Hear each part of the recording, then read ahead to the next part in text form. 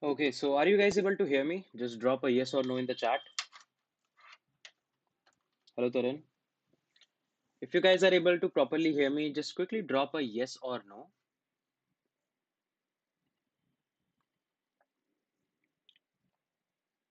Hi, Akshat, how are you? Okay, so I guess we are live on YouTube as well. Cool. Uh, just give me one more minute.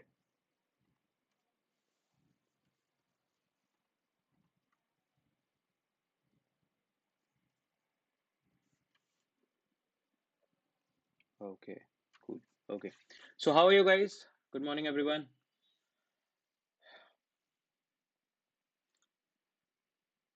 Vasant, I'll share that on Discord today, right? I'll share all the codes on Discord today. How are you guys? How is everyone doing? Good morning, Ishita. Hello, Tulsi. Hello, Yadala. Good morning, Jinesh, Ashutosh. How's everyone? Is everyone able to hear me properly? Is there any kind of voice issue that you might be facing? Sahil, will share that. We'll share that. Yeah, I'm also good, Arpita. I'm also good. Perfectly audible. We'll miss you too, Vasant. These 3 days were like really very fun. So this is the third day on the Indian programming camp. How you guys are feeling? How you guys are feeling? Did you find the camp useful enough? Did you find that your time was consumed in a good thing that you are now learning? Motivated? Useful? Cool.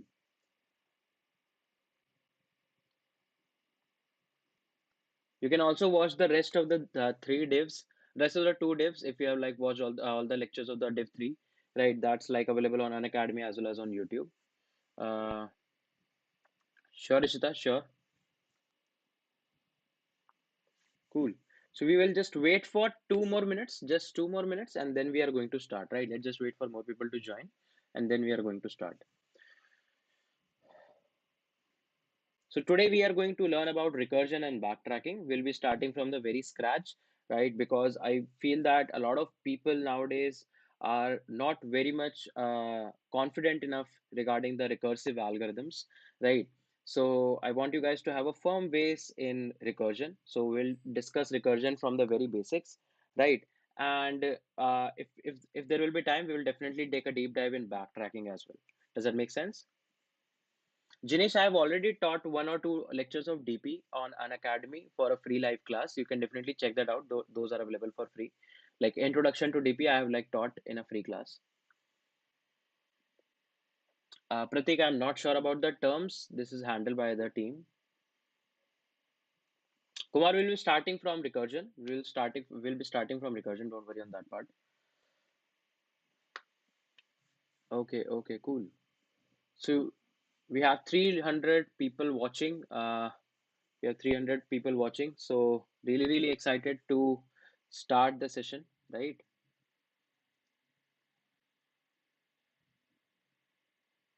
Ishita, you should like so Ishita ने काफी अच्छा question पूछा है. Ishita has asked a very good question. That on any platform, if you want to conquer competitive programming, so what are the topics that you should have a good grip on, right? So I would say that you should have a good grip on one particular language, either C++ plus plus or Java or Python, whatever you feel. I would prefer C++. plus plus.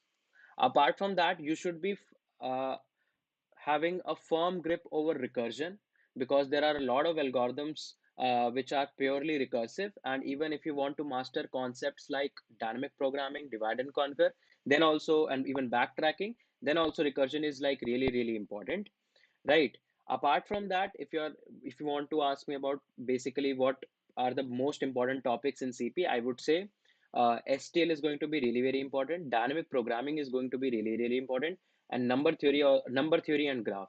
These three four topics are definitely really really important when you ask in terms of competitive programming. I would say. Is this point clear to everyone? Codefire says that he is stuck on 1400. How to improve? So I would say that so there is a very I would say good advice from my side for all of you guys who feels that you guys are stuck on any one rating. So let's say that there's a 2 hour contest, right? Listen to me properly. Let's say there is a 2 hour contest and you are able to solve two problems in a 2 hour contest. Fair enough. Fair enough for a good start. Now, what you need to try is that the two questions that you were able to solve in 2 hours, how about solving them in let's 45 minutes? The two questions you are already able to understand, let's just try to think them more, let's just try to think about them more fast, right? So that you can get around 1 hour 15 minutes for the rest of the questions. So what currently happens with most of the people is that uh, you guys sit on a contest and you just spend whole 2 hours in the first two questions. Let's say if you're able to solve the first two questions, you should try about the fact that if there are two questions that you're able to solve, try to solve them in much lesser time so that you can save some time for the third question, because there's some time, because the third question are also really very easy sometimes. And this is how you should like proceed further, that whatever bunch of questions you are able to solve in 2 hours, try to solve them half of the time and separate the rest half for next one question. This is how you should proceed. This is how people in even chess also proceed to become a grandmaster, to become international master, right? So this is a very good advice that I can give you on that part. Cool. Ria, I guess this tip you can follow. Preeti, that depends on how you want to learn. That's really on depends on your choice, I would say. Nimish is asking any suggestion from non-CSE branch. I would say the people who are from non-CSE branch have a equally good chance when they appear for competitive programming. So there is a friend of mine, Anurag. He was also from EC and he was really very good in competitive programming. He's currently working at Goldman Sachs nowadays. So he's like one of those people who I really admire, who was not from a CSE branch and still conquered competitive programming and just achieved a lot of things in life, right? Shushmita, it's like a bit slower, so that's why people avoid it. Aditya, just do it on one or at max two sites. CodeChef and Code Forces are going to be good. Cool. So it's 12:03, guys. Shall we start? Shall we start? Shall we start, guys?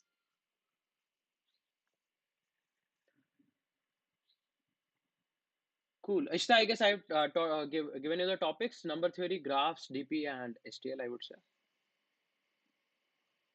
Cool.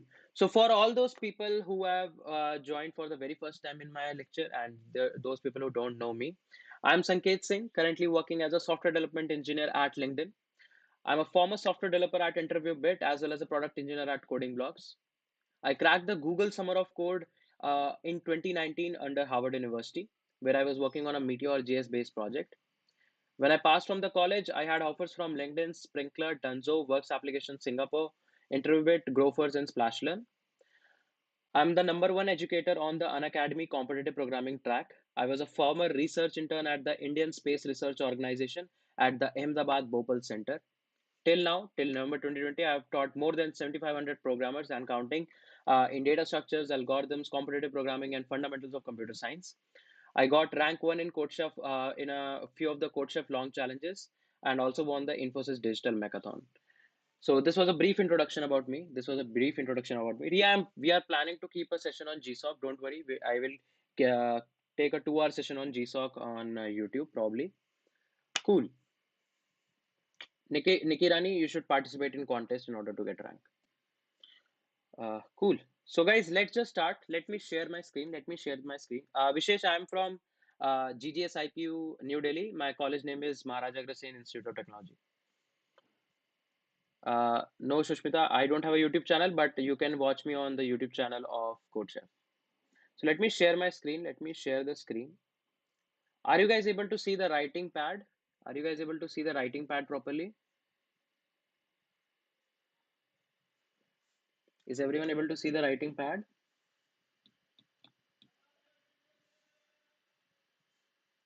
Is everyone able to see me writing? Is everyone able to see me drawing it? Jinesh is asking what is about my review at HackerRank. So I also practice a lot on HackerRank. I'm a 6 star at HackerRank, but I would say prefer more on Code 7 Code Forces. Cool, guys. Let's just start. Let's just keep the talk away. Let's just start with recursion. Okay. So any one of you guys who have already learned about recursion, is there anyone who already knows what is recursion? And okay, so anyone who wants to try and give a definition on what is recursion? Anyone who wants to define what is recursion? Self-calling function, a function calling itself, function calling itself. Okay, repeatedly call itself, function calling itself. Okay, okay, cool, cool, cool. Makes sense. So let's just see. So let's say that we want to define what is recursion. So I have my own definition for recursion, right? So let's just see that. So recursion is a programming technique where any function calls itself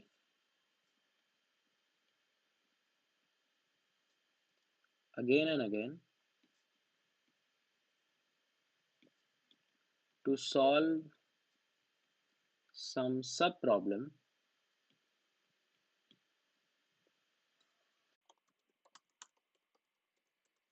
Guys, drop a yes or no in the chat. So recursion is a programming technique where any function call itself again and again to solve some subproblem with an extra memory buffer, right? Do you guys agree with this?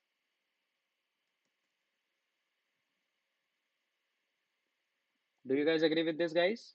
Say yes or no in the chat. Okay. So let me show you a very interesting story on recursion. Right. Can I zoom it? Just a second. Let me show you a very interesting story that beautifully defines recursion. Right. Okay. Is everyone able to see the story? Is everyone able to see the story? Yeah, I will explain the memory part. Don't worry. Codefire, he will be joining soon. Don't spam the chat. He will be joining soon.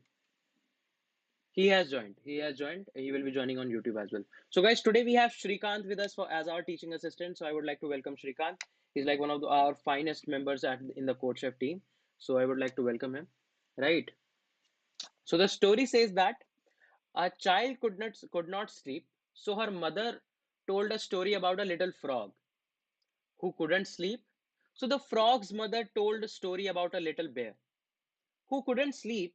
So the bear's mother told a story about a little weasel who fell asleep, and the little bear fell asleep, and the little frog fell asleep, and the child fell asleep. How many of you guys are able to correlate with this story with this definition as well? How many of you guys are able to correlate both of them? Drop a yes or no in the chat. Is the story interesting enough? Cool. So a lot of people are asking, what is this extra memory buffer that I have written here? Anyone who knows what is this extra memory buffer?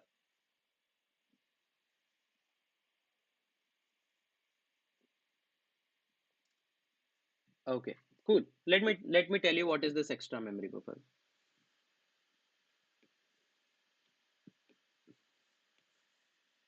So what happens is in the memory allocated to the process,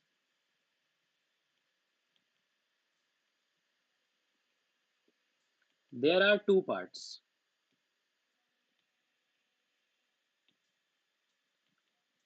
stack memory and heap memory.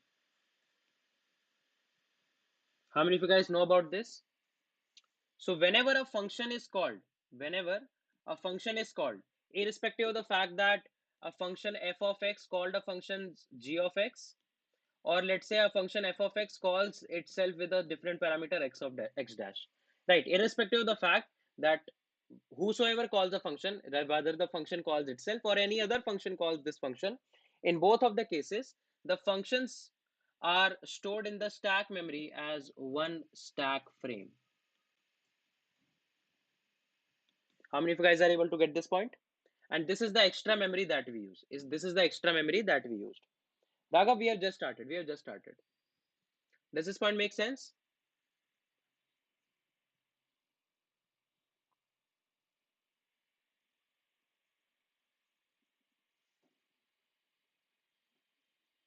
Cool. So let me show you what is that one extra memory frame. Right. So let's say I wrote a function like int main and called a function fun inside it. Then there is a function void fun and I call a function gun inside it. Then there is a function void gun which prints shoot, right? So what will happen is, let's see how the stack will look like. So stack is a linear memory. The stack is a linear storage space which stores the memory elements in bottom to top fashion. So firstly, there will be main. So there will be a stack frame for main. This is one stack frame. Then main calls fun. So here fun will be called and another stack frame. Then fun calls gun. So for one for gun, and let's say after printing gun calls itself, so gun calls itself, then gun calls itself, so on and so forth. So these are stack memory and stack frame. Does that make sense? Everyone just drop a yes or no in the chat if the stack frame concept is clear to everyone. This will be a really very important basic in order to understand core in-depth functionalities of recursion. Fair enough to everyone?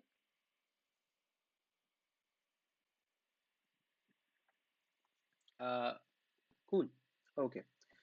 So let's just see.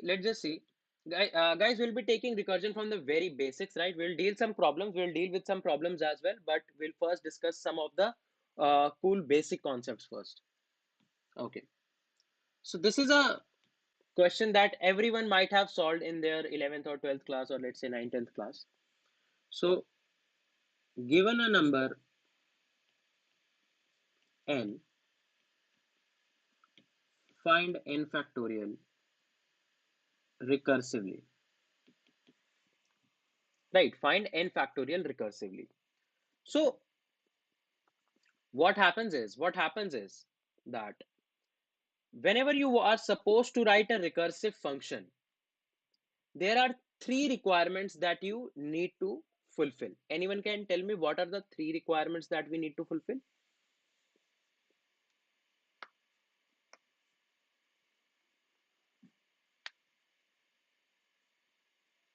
Okay. What about apart from base case? Okay. Vivek, I'll tell you, don't worry. Hypothesis makes sense. And what's the third condition? Cool. Let's see.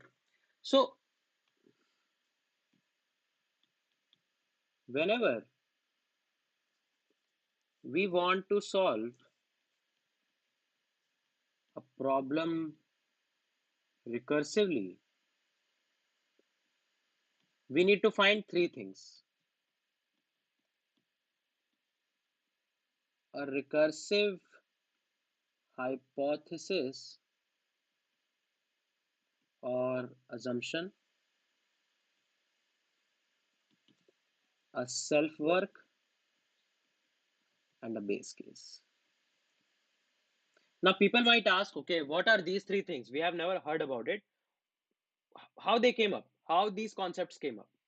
So, this concept of recursion is directly mapped with a concept of mathematics, which you already know, called as principle of mathematical induction. How many of you guys have heard about it? Principle of mathematical induction? Yes, Codefire, I had taught there. Cool. So what happens in the case of principal mathematical induction that you all learned in junior classes? So in principle of mathematical induction, you want to prove a formula. What you do? You say that, okay, if this formula is true for the smallest possible condition, let's say you want to prove the formula for the sum of first n natural numbers. You already know the answer that for n equal to 1, the answer is 1. Can I say that? Right. So what is that part? That is the smallest sub problem, that n equal to 1 in that formula of mathematical induction is the smallest sub problem for which the answer you already know. You don't need to calculate it. Does that make sense? That part is called as the base case. Base case happens in those cases where you have the smallest subproblem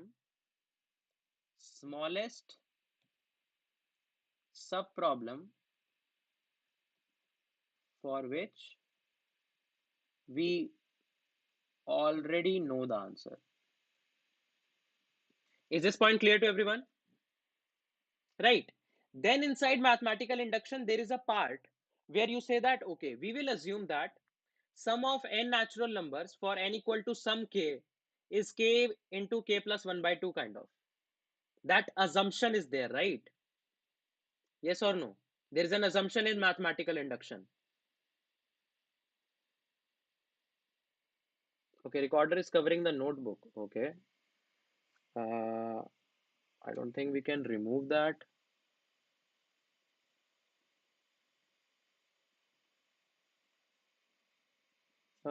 Just a second. I don't think, guys, we can remove it. Let me check. Let me check.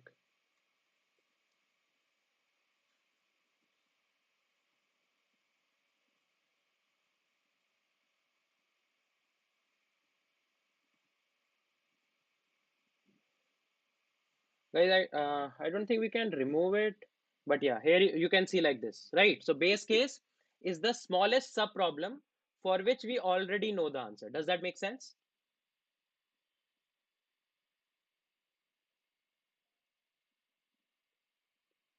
Right. Okay. And the part where you say that, okay, we already know the answer for k, which is k into k plus 1 by 2. That part is the recursive assumption. Does that make sense? That part is the recursive assumption.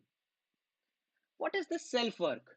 This self-work is same as proving the formula for k plus 1. That you already know the answer till k. Let's prove for k plus 1, where we already know the base case. This is that self-work. Are you guys able to understand this point? Drop a quick yes or no in the chat. Sajil, what you are not able to understand? We'll solve some cool problems. Akshat says no. Akshat, what part you are not able to understand? Okay, people are saying repeat self-work. Okay, so inside mathematical induction, what you say? For k equal to 1, I already know the answer. So that's base case. Then you say what?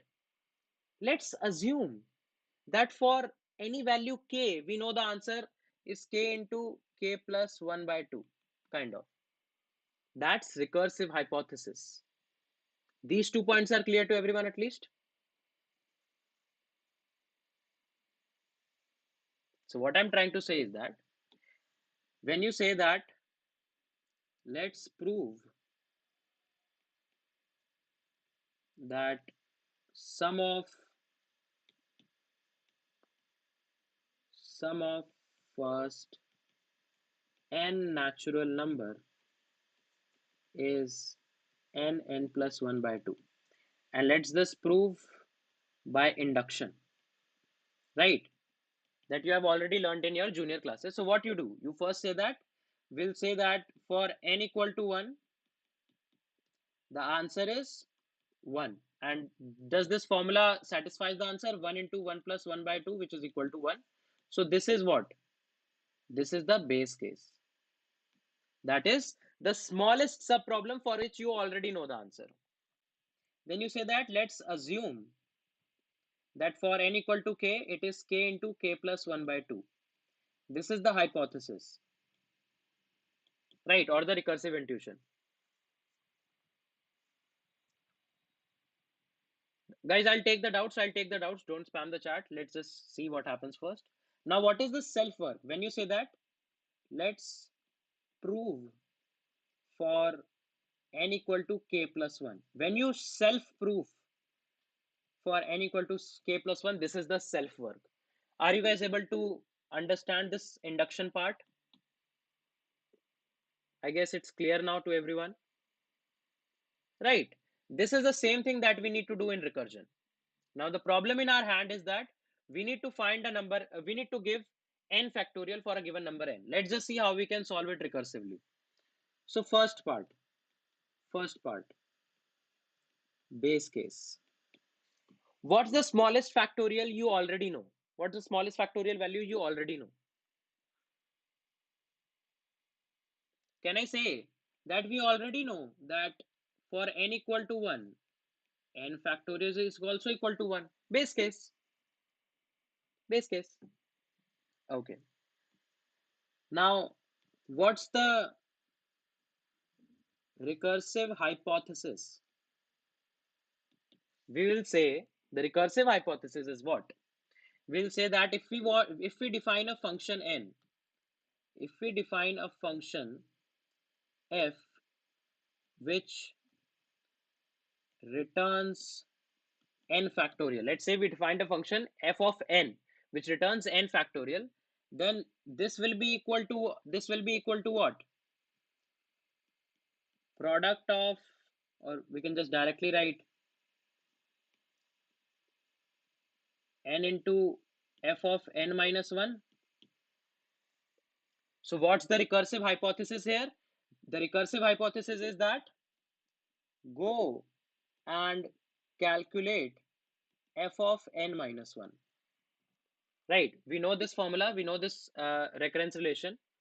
So what will be the recursive hypothesis? Recursive hypothesis says that if anyhow any cost I already know the answer for f of n minus 1, I can build the answer for f of n. And what is the self work?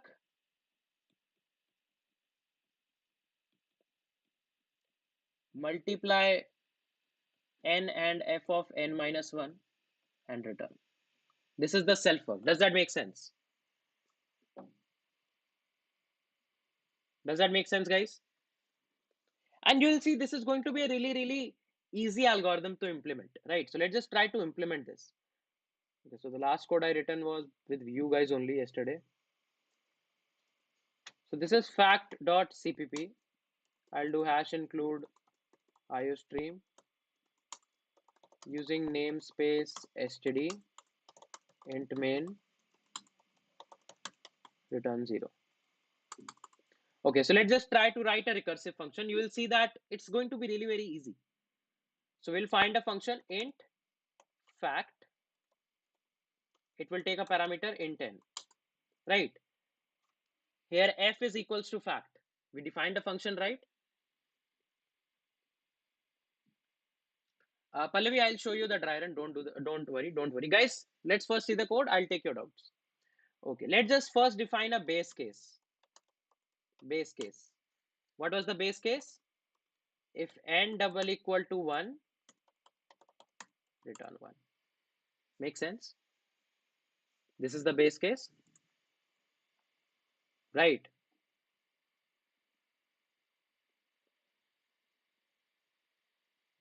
Not much, Rahul. Not much. Okay, now let's just calculate recursive hypothesis that int temp is equals to fact of n minus 1. Our recursive hypothesis that anyhow just calculate the value of f of n minus 1, and we will say that factorial function, this fact function will calculate the correct value of f of n minus 1. What we will do? Self work. Return n into temp. That's it. Factorial function done. Factorial done. Is this point making sense? Utkarsh says if n is equals to 0. So let's just do a dry run. Let's just do a dry run and see how the code goes on. And I'll show you the stack trace as well. I will show you the stack trace as well. Right. So let's say,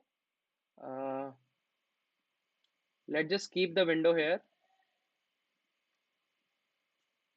Just a second. I want line numbers as well with me. Cool. Everyone able to see the code and the window simultaneously? Everyone is able to see both of them? Yes, code fire. I'll do that. I'll do that. Cool. So let's just draw the stack trace. Right. Let's just draw the stack trace. Cool.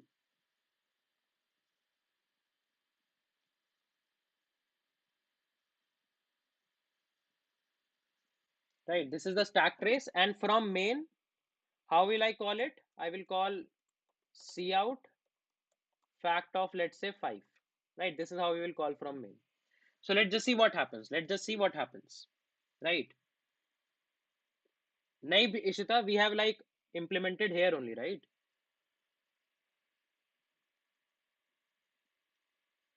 Cool. Guys, let's see. Let's see. Don't ask irrelevant doubts. Cool. So what will be the first line that will be executed inside this code? What will be the first function that will be executed inside this code? I've already told you guys in C++, the first function that is executed is main. So our first stack trace will come for main, right? Whenever a function is called, a stack trace is formed or a stack frame is formed. This is a stack frame. In main, what is the first line that will be executed? Line number. Here you can see the line numbers as well. Can you tell me the line number? Line number 18. So on line number 18, we have called a function fact with a parameter 5. Fact of 5. Make sense? What will be the first line executed inside this fact function? Sixth line. Okay, what this says is 5 equals to 1. Is 5 equals to 1? No. So sixth statement will not be executed. We'll come to ninth. So ninth says that.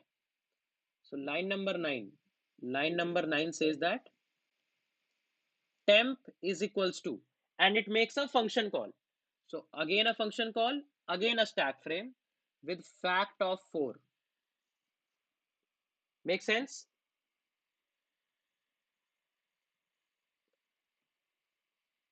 Make sense, guys? Okay, cool. Now again, in fact of 4, what line will be executed first? Sixth line. Is 4 double equal to 1? No. Then what line will be executed? Ninth line. So again on line number 9, we will say temp equal to, we don't have the value, so we'll call the function fact of 3. Again same, on line number 9, temp is equals to, again fact of 2. Then on line number 9, temp equals to, again fact of 1. Now when we come at fact of 1, what will be the first line? Sixth. Is 1 double equals to 1? Yes, we will return 1. So here, what will happen? As soon as you hit a return statement, let me write it. When we hit return from function, the stack frame is removed.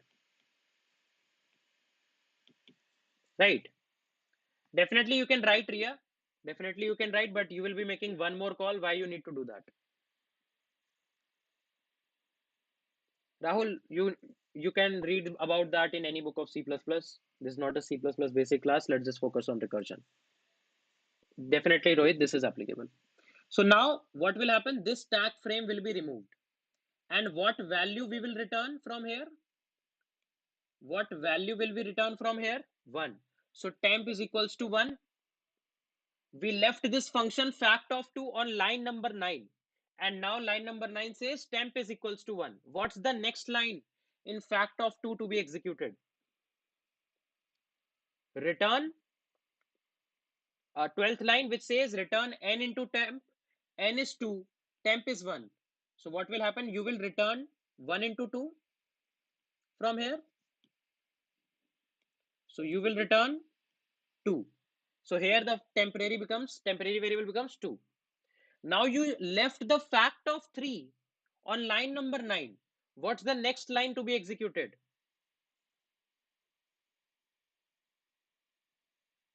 12th again. So what the 12th line says, return n into temp. N is 3, temp is 2. What we will return? What should we return? we will return 6. So temp is 6 in fact of 4. Now fact of 4's next line is again 12. You will return 6 into 4. So 6 into 4 is what? 24. You will return here 24. Now again here 24 into 5, 120. You will return 120. 120. So on line number 18, what was returned? See out whatever you got in the return of fact of 5. So we will just do see out 120 and 120 will be printed. Then a return 0 happens. Then this main function is also removed from the stack trace. This is how recursive stack trace works. Is this point making some sense? Are you guys able to get this? Sure code fire, I'll do that. Are you guys able to see this with this stack frame analysis? All clear? Okay. Now, I want to tell you guys about this very equation. These kind of equations are called as recurrence relation. What are recurrence relations? Recurrence relation, Dia, what's your doubt? What are recurrence relations? Recurrence relations are mathematical representation of recursive function. These are the mathematical representation of recursive function. Does that make sense? Anik, I will answer that. Don't worry. Lakshmi, you need to use strings in that case in C++. What if we don't use temp and directly? Sure, we can do that.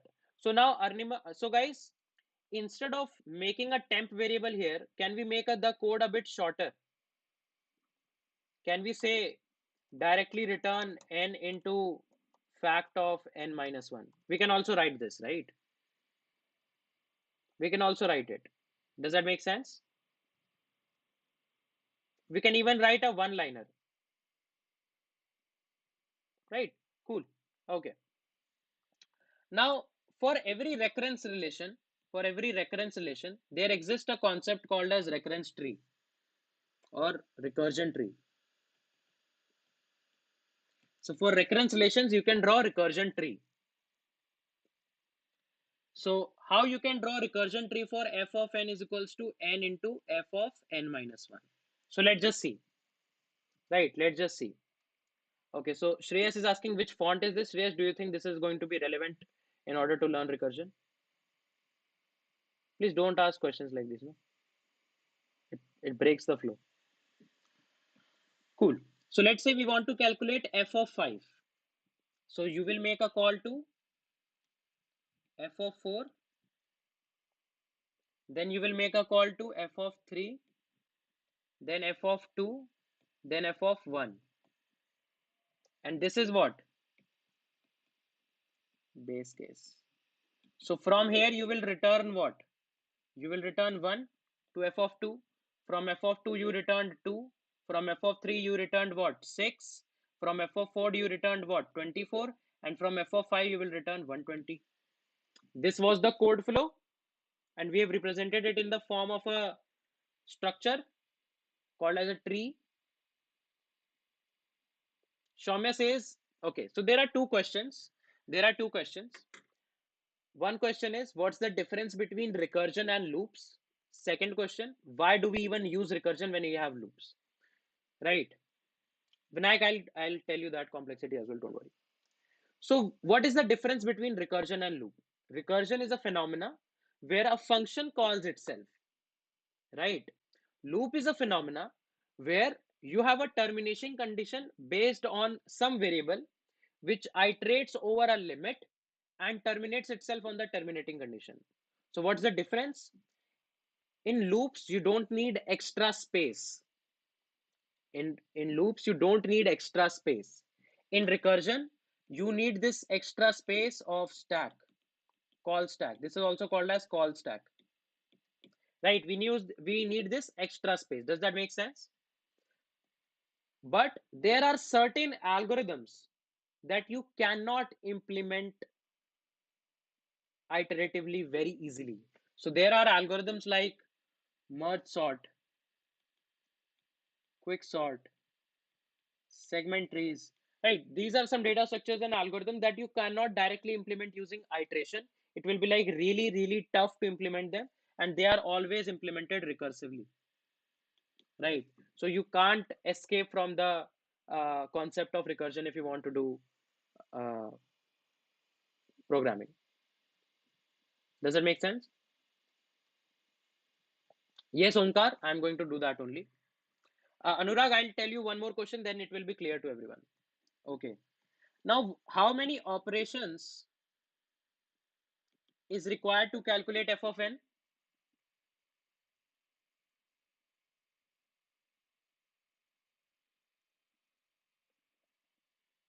If f of 5 is there, we need almost 5 iterations. So for n factorial, we need on operations, on time. This will be the time complexity. What will be the space? Space complexity is defined as the maximum space your program took during the execution. What was the maximum space? The maximum space was when the stack was full, and stack was full for n equal to 1, which started from n equal to 5. So can I say that the space complexity is also big O of n?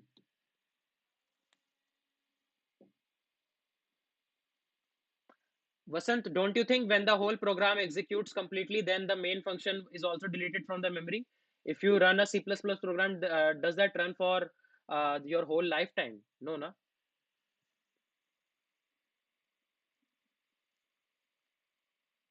Call stack, Ishita, call stack. Uh, can I? Space okay, Ritisha says repeat once again space complexity. So I'm assuming that you know space complexity. Let me define it. So space complexity is defined as the maximum space your process took during runtime.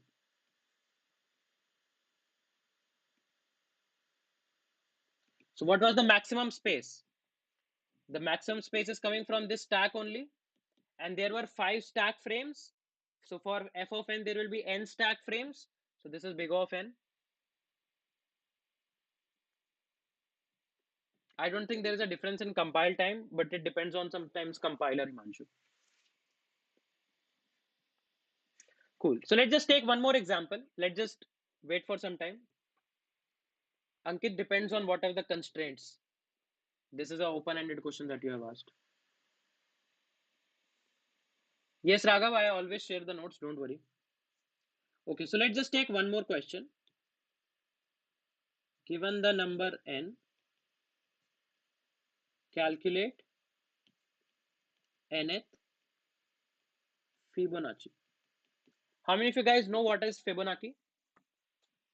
Uh, Guys, don't ask questions like how to master coding when you want to go to Google. The session is on recursion. Let's focus on that.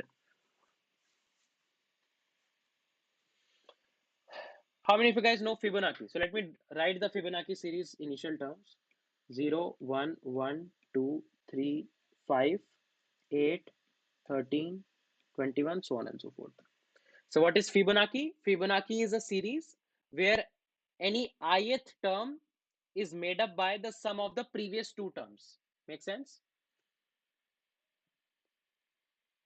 Akshat, you need recursion because there are some algorithms that can only be implemented recursively. And recursion is easy to implement, I would say. 2-3 line code is there generally. So this is the 0th Fibonacci. This is the first Fibonacci. This is the second Fibonacci. This is the third Fibonacci. This is the fourth Fibonacci, so on and so forth, right? So given any number n, you need to calculate nth Fibonacci. And you need to do this recursively. How you can do that? Yes. Yes, Sayan. Pallavi correct. Pratham correct. Pathan, I know Bennett's formula, but we are not going to use Bennett's formula.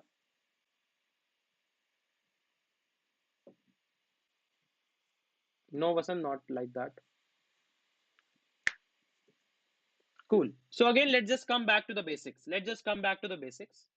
We need three things: base case, recursive hypothesis, and self work. Right? Okay. Let's just do that first. What is the base case? What is the smallest Fibonacci value you already know?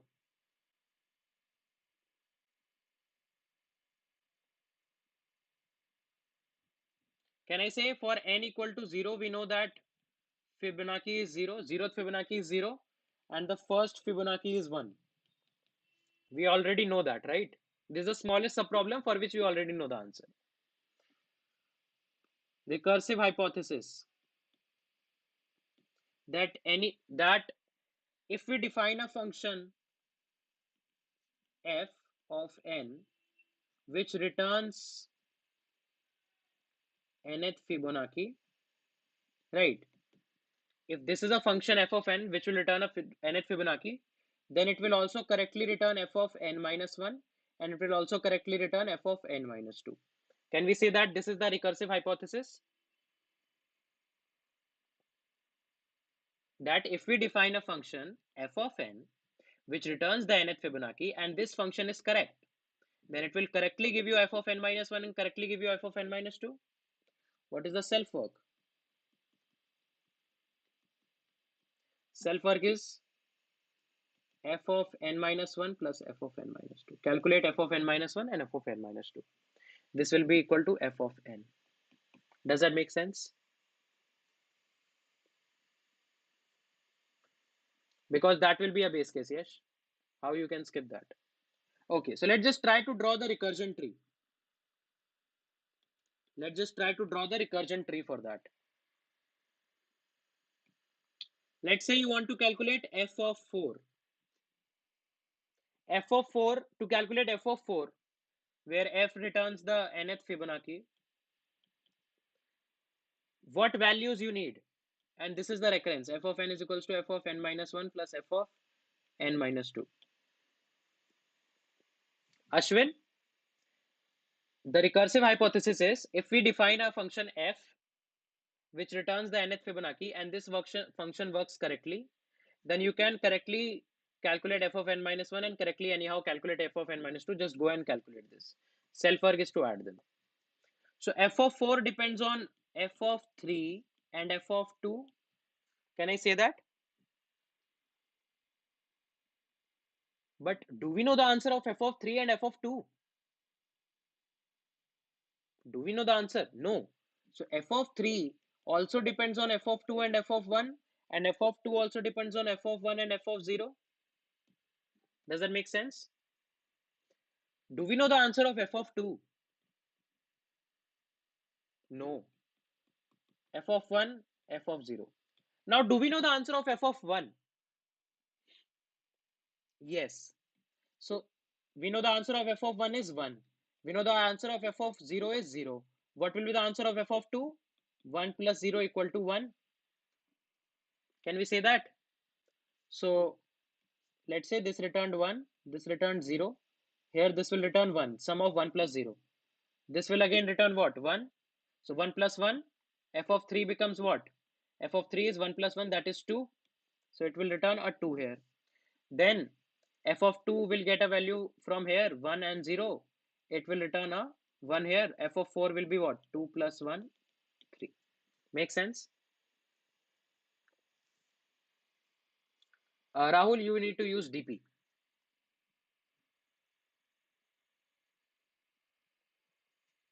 Harshpreet Kaur, please don't spam the chat, and otherwise I'll just block you.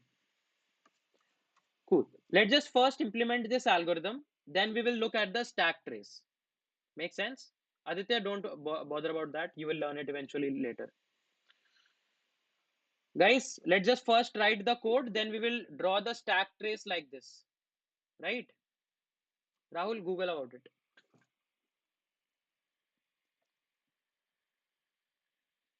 Say yes or no. Do you want a stack trace analysis or shall we move forward? Cool. So this is going to be a really quick function. Really easy to implement, right?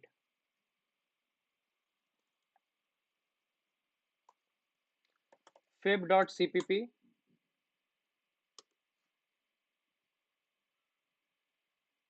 Right.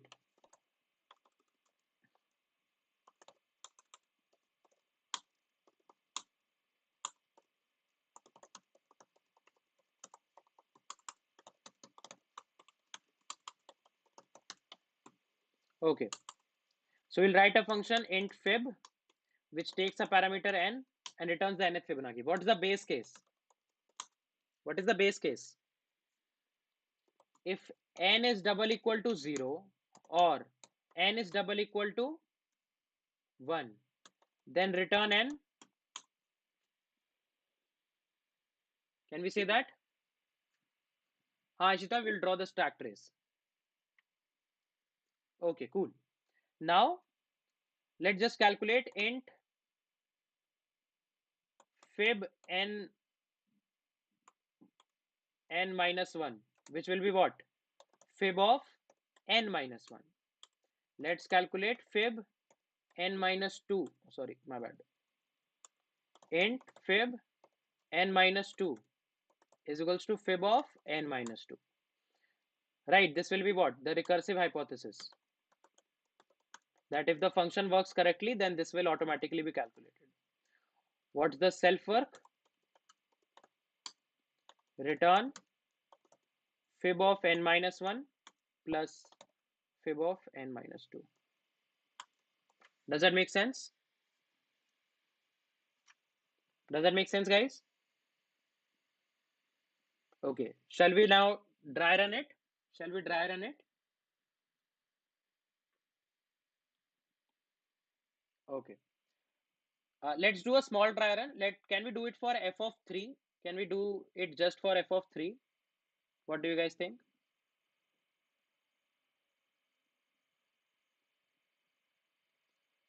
If it will work for f of 3, then it will work for f of 4 as well. Okay.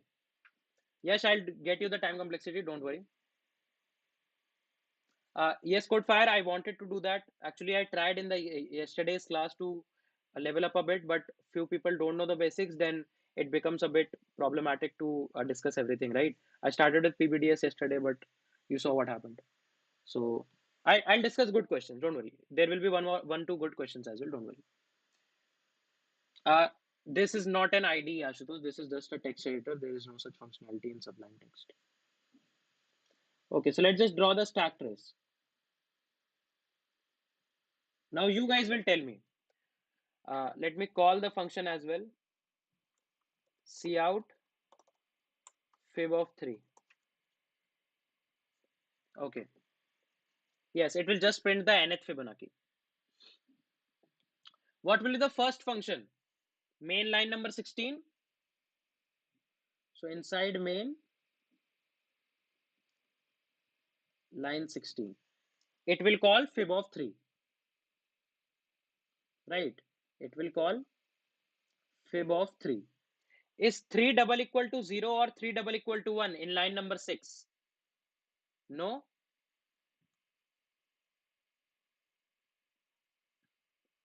Okay. What will be the next line? Line number 8, right? So it calls fib of n minus 1 equals to, and we leave this function on line number 8 and call fib of 2. Yes or no? Yes or no, guys? Okay.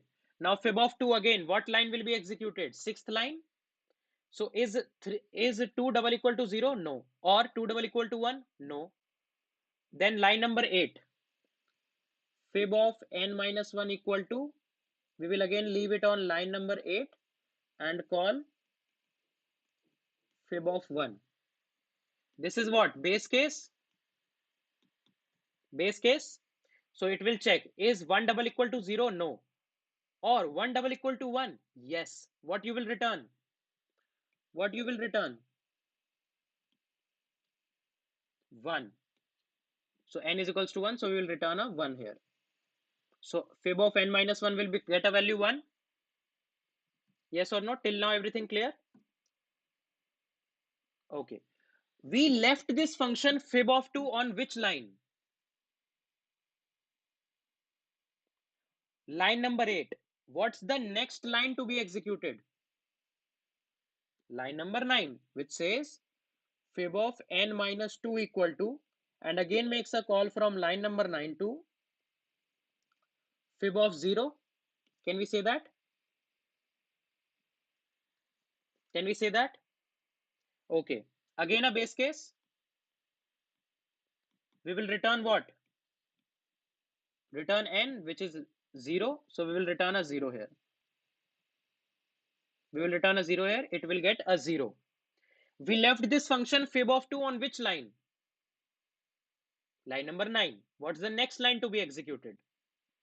Line number 11. So line number 11 says return 1 plus 0. And when we have a 1 plus 0, what we will return? We will return a 1 here, and this will be removed.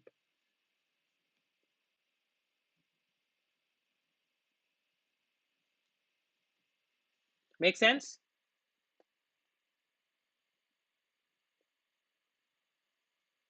Guys, does this point make sense? Okay, so Divyanshu Agarwal, please don't spam the chat.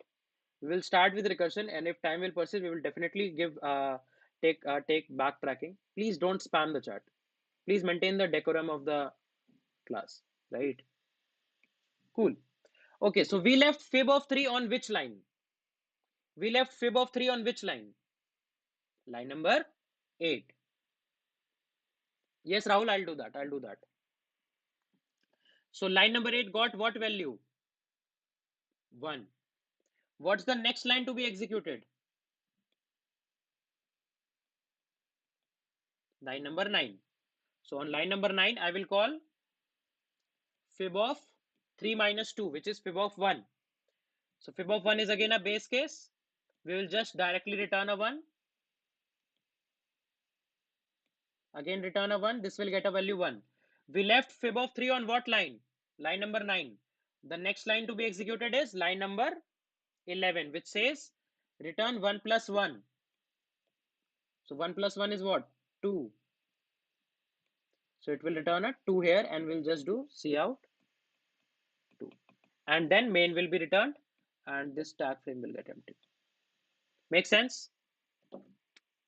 Is this tag frame and recursion tree clear to everyone?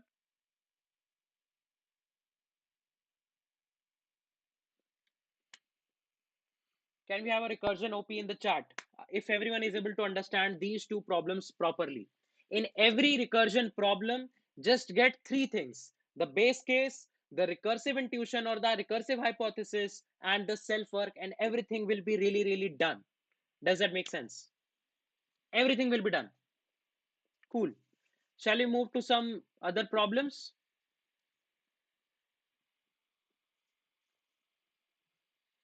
Cool. Okay. Let's just see a good problem. This is a good elementary problem to understand. So let's say there are n friends. Bharat, there is a technique you will learn later called as DP. Yes, Vaibhav, that happens. Akshat, I guess we should take this problem. So guys, there are n friends who want to party after Corona, after COVID-19 lockdown. Right. So there are n friends who want to go to party after the COVID-19 lockdown, right? And I guess everyone wants to do that. Yes or no? Right. Cool. Now, what they decided is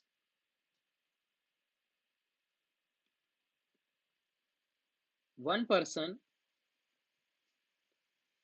can either go alone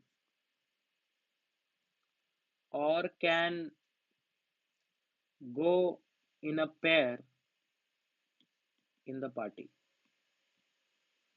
right? So let's say there are n friends who wants to do a party.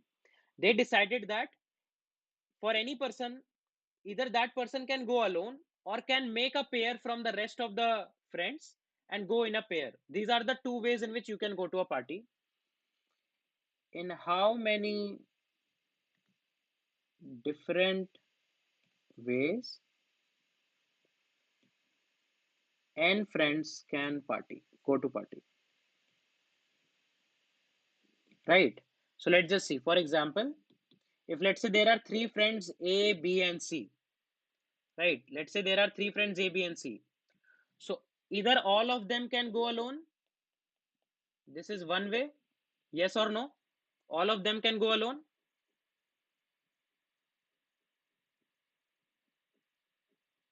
right? Okay. Or maybe A, B can make a pair and C can go alone. One more way. Or maybe A, C can make a pair and B can go alone. One more way. Or B, C can make a pair and A can go alone. So one more way. So total number ways are what? Four. So your answer should be four. Does that make sense? No, Mohit. Guys, is the problem clear to everyone? Aksa, think about it. Think about it. So your task is to give me the recurrence relation like this or like this. Give me the recurrence relation, guys. I'll solve the rest of the recursion. Give me the recurrence relation, guys. Patan, think about it. Is it really like that? And this is going to be a bit of maths. So math incoming. This is going to be a bit of maths, right? Okay, so Ayush, what can be the recurrence relation for this?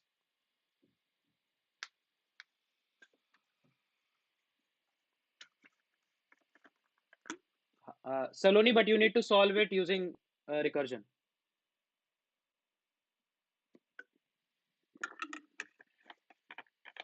Guys, write a recurrence relation. Don't give me permutation combination answers. Write a recurrence relation. We are going to learn recursion, no? We will solve it using recursion. I don't think, Jenish. I'm asking you about recursion.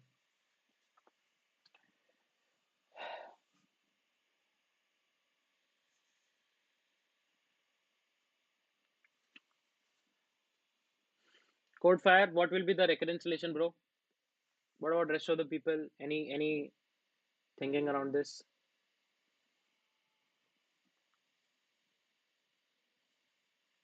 Makes sense, yes. You are on the right track. Cool, cool. No, Rohit. Pratyush, give me a recurrence relation. Don't give me permutation combinations. Okay, Thotum. What about rest of the things? No, Akhil. I don't think this will be the answer.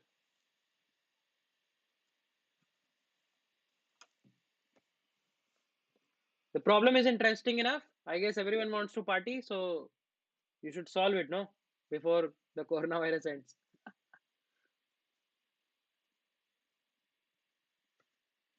No, Gokula Krishnan, this is not the right answer. No Anjali, no Noble, no Ashutosh. Okay, so Stephen, what will be the recurrence? You are on the right track.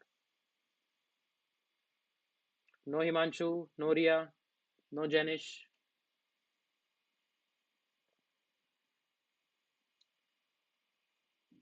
no Gaurav Chatterjee. This is not the right answer. Look at your answer again. No Ayush,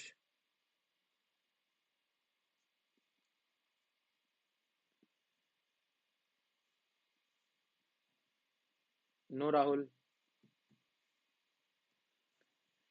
Shall we start, guys? Shall we start? Comment a quick yes or no. Just comment it. A yes or no. Okay, Rhythm wants some more time. Okay. Thotam also wants some more time. Okay, so it's like 1 p.m. We'll exactly start at 101. Make sense? Take one more minute. Kumar, I'll solve the whole question. Why do you need hint? I'll solve the whole question.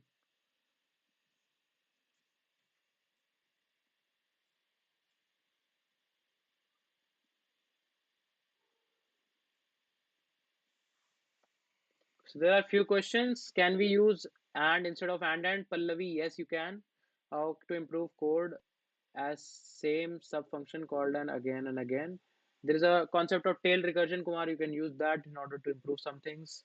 Why is which is better, loop or recursion? Satyajit, depend on the problem, right? Cool. No, Akshat. Oh, so Nimish has given the right answer. Nimish OP in the chat. Nimish has given the right answer, I would say. Gorangi is also no. Gorangi's answer is not correct.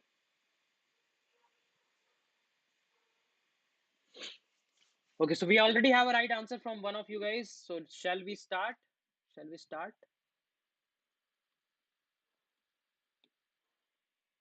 Okay. Three things. Three things, and the problem will be done. Do you guys trust me on that?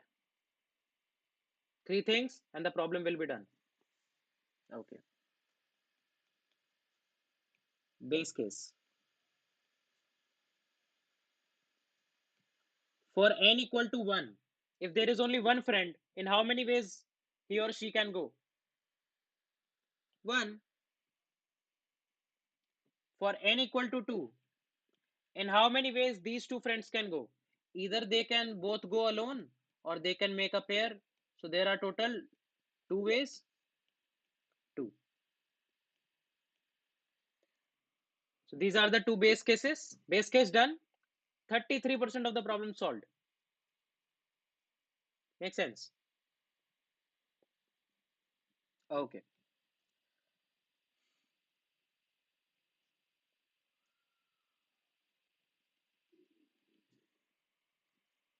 Right.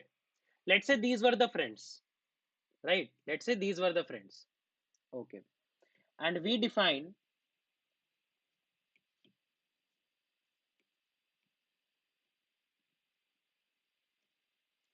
a function f of n which returns the number of ways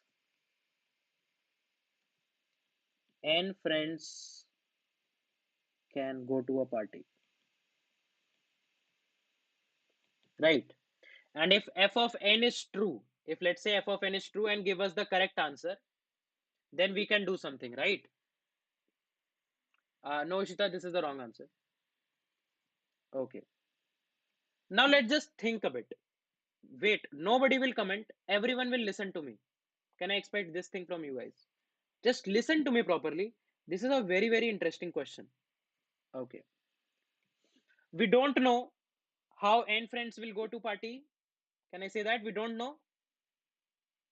This is a thing we don't know for sure. Okay. Let's just make a decision. Let's just make a decision for this A. And then we will say that some decision will be automatically be made for rest of the friends. We'll see how. Okay. So A has two choices. He or she can go alone or make a pair. A has two choices. A has two choices. Okay. Let's say A wishes to go alone. Right. If A wishes to go alone, A has made a decision that I am going to go alone. Whatever, no matter how rest of the people are going, I don't care about them. I will go alone. I will go myself. So, what are the number of ways in which n friends can go to party? If A has already made the decision that he will go alone.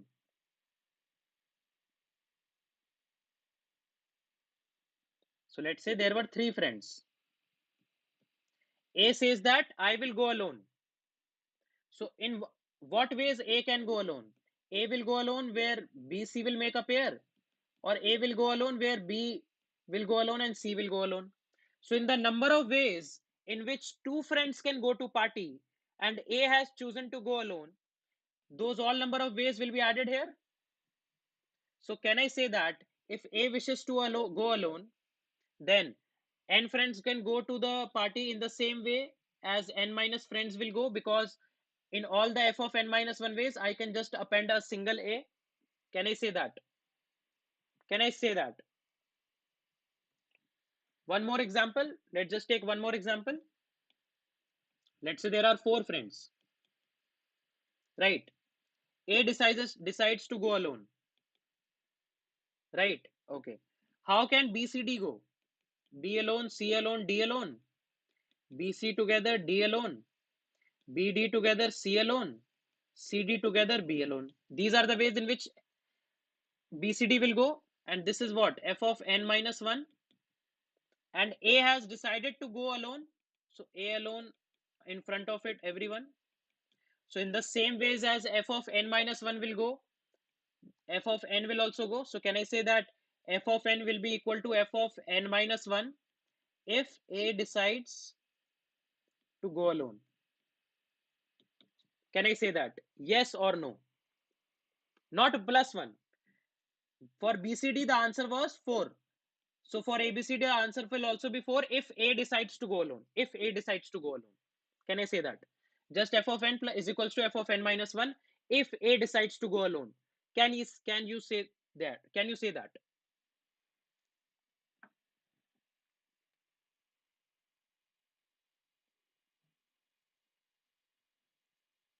Okay. Didn't got intuition. Okay. CodeFire says, CodeFire, let's say you don't know how all the n friends will make a decision, right? We don't know. There can be a lot of permutations in which they can make a decision. So think about it in this term. I don't know how all the n friends will make a decision, but I know how one of them can make a decision, right? I know how one of them can make a decision, right? Okay. So let's just say, na, he will make a decision to go alone. We will see if he will go in pair, what will happen. But let's say he goes alone, he or she goes alone. I don't know who he is. Let's say he or she goes alone. So if there were four friends, and we want to calculate f of 4, because f returns in how many ways 4 friends can go to party, right? Among these four friends, there was one friend A who said, I will go alone. He has decided to go alone. You can't convince him. So what are the ways in which BCD can go? All three can go alone. BC together D alone, BD together C alone, CD together B alone. There are 4 ways in which BCD can go to party. In all the 4 ways, I will just append an alone A. A is like now lonely. He will go alone. So can I say that to calculate f of n, it will be same as f of n minus 1? Make sense? Okay. What's the other decision A has? A wants to go alone. I know that. A wants to go alone. I know that. What is the other decision he wants to take?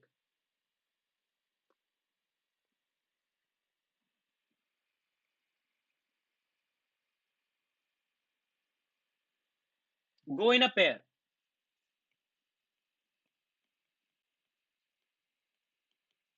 Right. Go in a pair. Okay.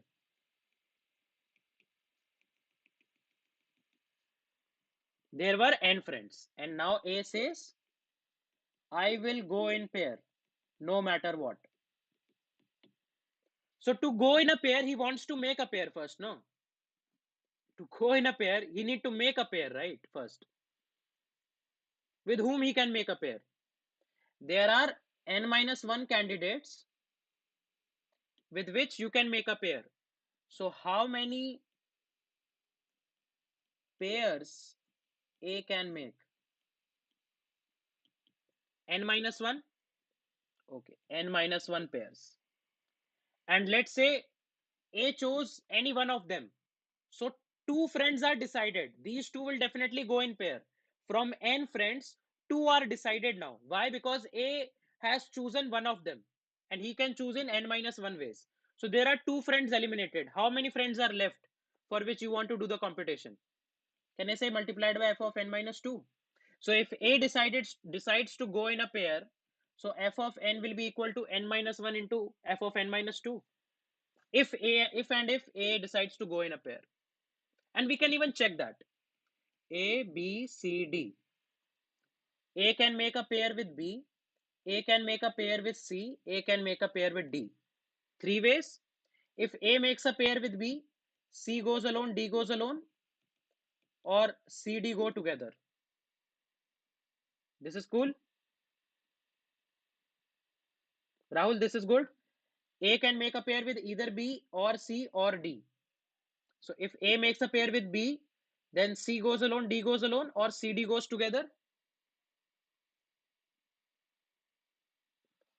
If A and C makes a pair, then D goes alone, B goes alone, or DB also makes a pair. These are also two more ways. And here also B goes alone, C goes alone, or BC goes together. Two more ways. So total ways coming is what? 6. Make sense? This was when and only when A wants to go in pair. Now I know the answer that when A decides to go alone, f of n is equals to f of n minus 1. If A decides to go in a pair, f of n is equals to n minus 1 into f of n minus 2. So what is the self work? We know the recursive intuition now. What is the self work? Can I say f of n is equals to f of n minus 1 plus n minus 1 f of n minus 2? That is, just calculate the answer for n minus 1 friends. If I already know that how n minus 1 and n minus 2 friends will go, I can say that how A will go. A and rest of the friends will go. Is this point making sense? Is this recurrence relation making some sense? And we know the base case that n equal to 1, answer is 1, n equal to 2, answer is 2. This is the base case. Is this point making sense?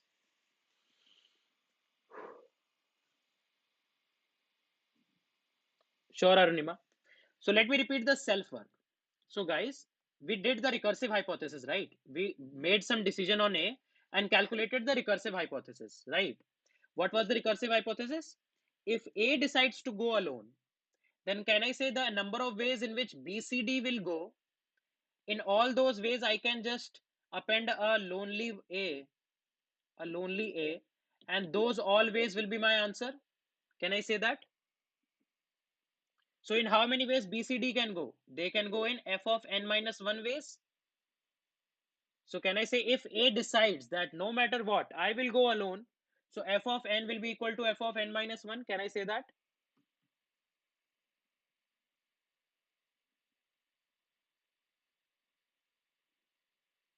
Hardik, I'll tell you, don't worry. This part is clear. This part is clear. Cool. Now A said that, okay, no matter what, I will go in a pair. So he first needs to make a pair, no? If he wants to go in a pair, he needs to make a pair, right? He or she needs to make a pair, right? So how many candidates are there to become a pair? There are n minus 1 candidates. Let's say A, B, C, D are there. A said that I want to go in a pair. He can make a pair with B, or he can make a pair with C, or he can make a pair with D. So he has n minus 1 candidates to go in a pair. Can I say that? Can I say that, guys? Okay. Now, let's say there are n minus 1 to make a pair. If he has made a pair, then there are two friends booked that they will go in a pair. Two friends are already booked. How many friends are left? N minus 2. So we'll multiply it with f of n minus 2, that the number of ways in which n minus 2 friends will go. I will just multiply n minus 1 with it. Now I have the answer that if A will go in pair, f of n is equals to this. If A goes alone, f of n is equals to this. Now, what is the self work? A can go both alone or in a pair. So I'll add answer of both of this. So it will be f of n is equals to f of n minus 1 plus n minus 1 into f of n minus 2. Does that make sense? Lokia, don't you think, let's say, here how many ways you got? 6 ways. Here how many ways you got? 4 ways. And if you will calculate how A, B, C, D, 4 friends will go, don't you think that there will be 10 ways? Because everyone has a choice that he can go alone or can go in a pair. So it will be 4 plus 6, 10. Yeah, for bigger constraints, Nimish, yes.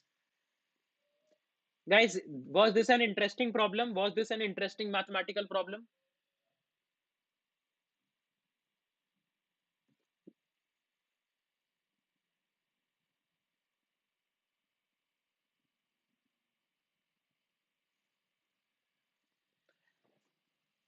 Okay, so I'll explain once again for the pair. A, B, C, D are there. A says I will go in a pair. So in how many ways A can make a pair?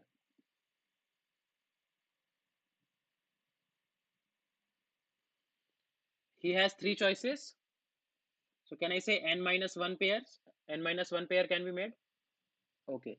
If A and B goes together, if A and B goes together, the number of ways in which C and D will go will be my answer. So can I say f of n minus 2 plus, if instead of with B, if A would have made a pair with C, so in the number of ways in which BD can go, that will also be included my answer. Plus, instead of C, let's say A makes a pair with D. So in the number of ways BC can go, that will also be included in my answer. And this can be written as what? N minus 1 into f of n minus 2. Put n equal to 4. This will be what? 3 into f of n minus 2. And this is what? 3 into f of n minus 2. Make sense? Shall we write a code for it? Very easy code, right? So this is friends party problem. Hash include.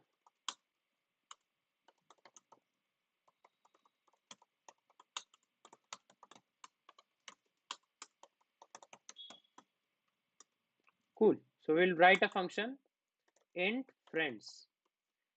We'll pass a value int n. How n friends can go to a party? How n friends can go to a party? What's the base case? If n double equal to 1 or n double equal to 2, return n.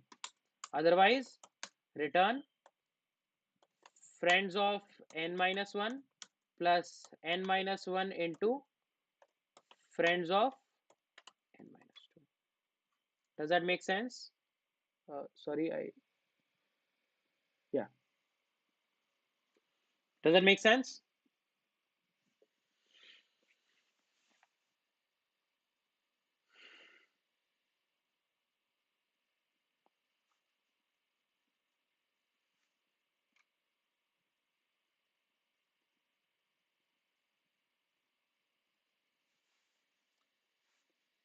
Guys, is this point making sense?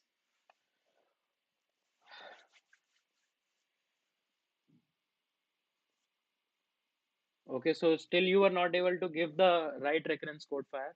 You already solved the problem. This should not be the case, no? Return n. Rahul, why? Because if there is one friend, there is only one way. There are two friends, then there are two ways.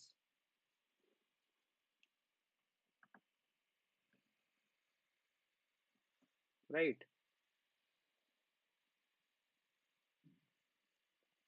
Next problem. Shall we go to the next problem?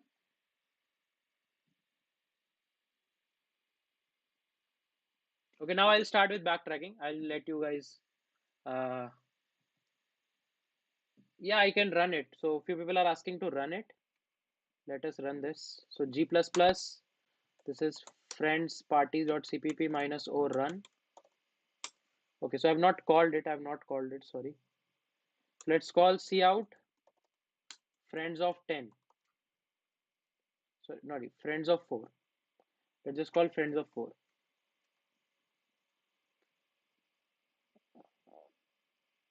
Minus o run.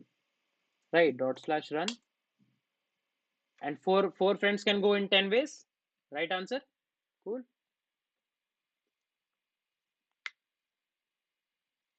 Noble host, that will come with practice. That will come with practice. Guys, shall we move to the next problem? Oh, sorry. Shall we move to backtracking now? Shall we move to backtracking now? Everyone just say yes or no in the chat. Shall we move to backtracking now?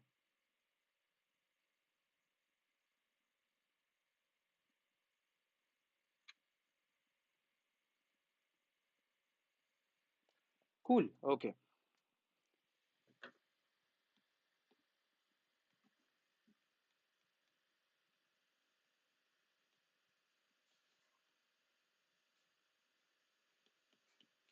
Anyone who knows what is backtracking?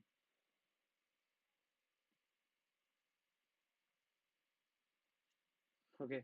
So Pankaj is saying now I got the application of PMI.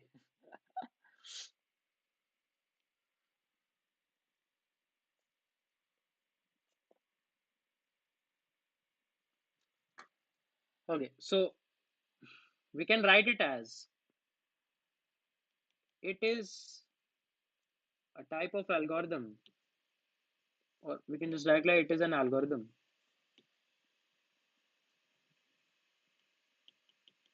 Right. It's an algorithm that tries to find tries to find a solution to a given parameter. It tries to find the solution to a given parameter. It builds the sub problems recursively and abandons those which can't fulfill the condition. Right. How many of you are able to understand this definition?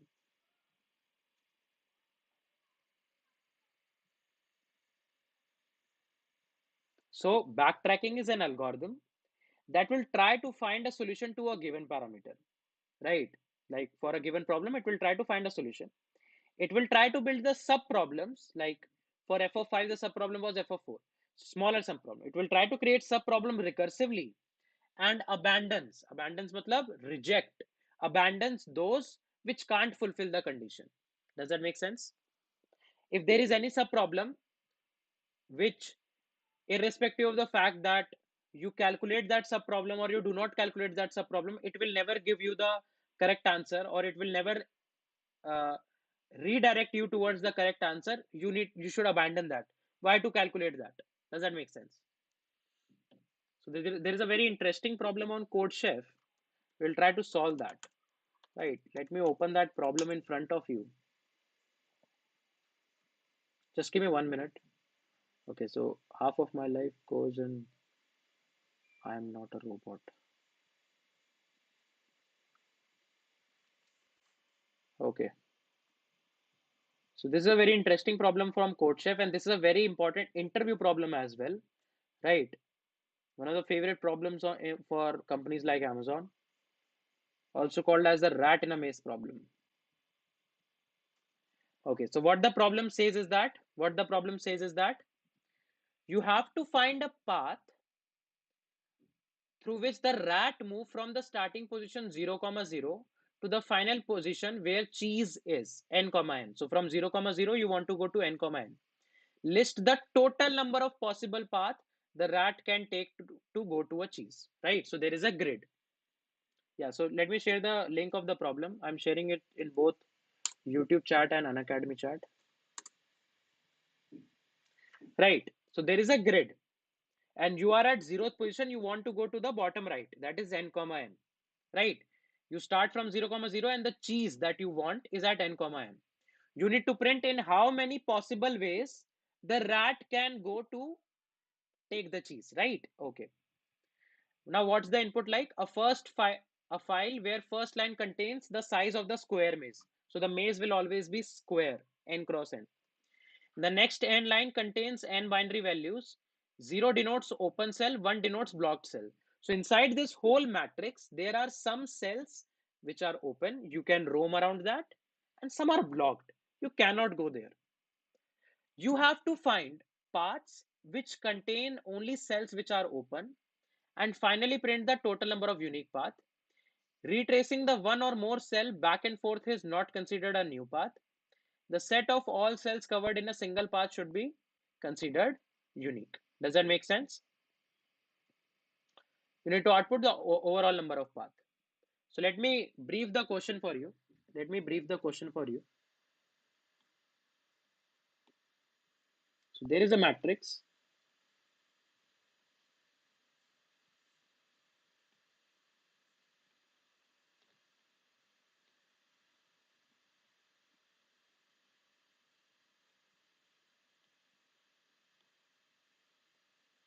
right? There is a matrix and there is a rat here and there is cheese here. The rat wants to go to the cheese. Now some of the cells are blocked.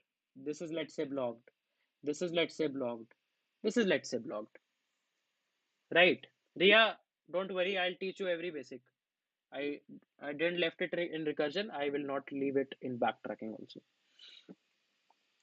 Now you want to calculate the number of ways in which rat can go to a cheese with the condition that from any cell the rat can go in the upward direction, in the leftward direction, in the rightward direction, or in the downward direction. You can go to any four direction, any direction that you want. Does that make sense?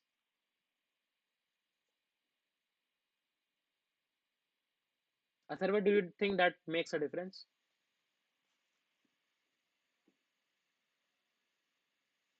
Guys, is the problem clear to everyone? Using this problem, we will try to understand the concept of backtracking. Okay, let's just come back to the definition of backtracking. It says that abandons those subproblem which can't fulfill the condition, right? Abandon those subproblem which can't fulfill the condition. Let's say your rat was traveling in this whole maze somehow, some forth, and anyhow it ended up on this cell, which was a blocked cell. If the rat ended up on this cell, do you think at any point of time he will be able to go to the cheese? Because this is a blocked cell, you can't enter it and you can't even go away from it. If you are able to enter it, you can't escape it. Does that make sense? So this is what, this is a state which should be abandoned, which is worthy of being abandoned. Does that make sense? Does that make sense? That if at any point of time, anyhow, any cost, my rat reaches at this cell, this blocked cell, I don't need to calculate further that how from this cell it will reach to the this cell, because you can nowhere move from here. You need to abandon it. Does that make sense? Make sense? Okay, so this was for blocked cell. Now let's say my rat is at any open cell like this. Rat is now here, right? Rat is at any open cell like this. So what are the four direction in which rat can go? Subranil, we won't let that happen. We will write a condition that will not let that happen. Guys, what are the direction in which rat can go? Drop your comments.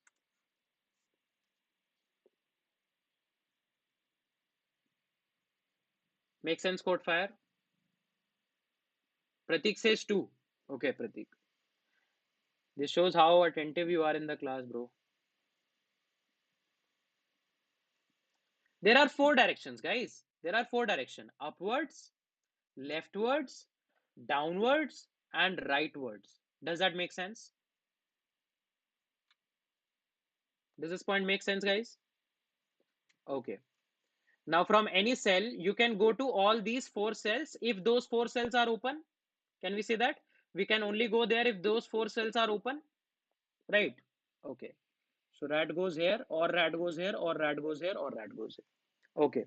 Now we want to solve it recursively. What are the three things you need to go get there for recursion? Base case,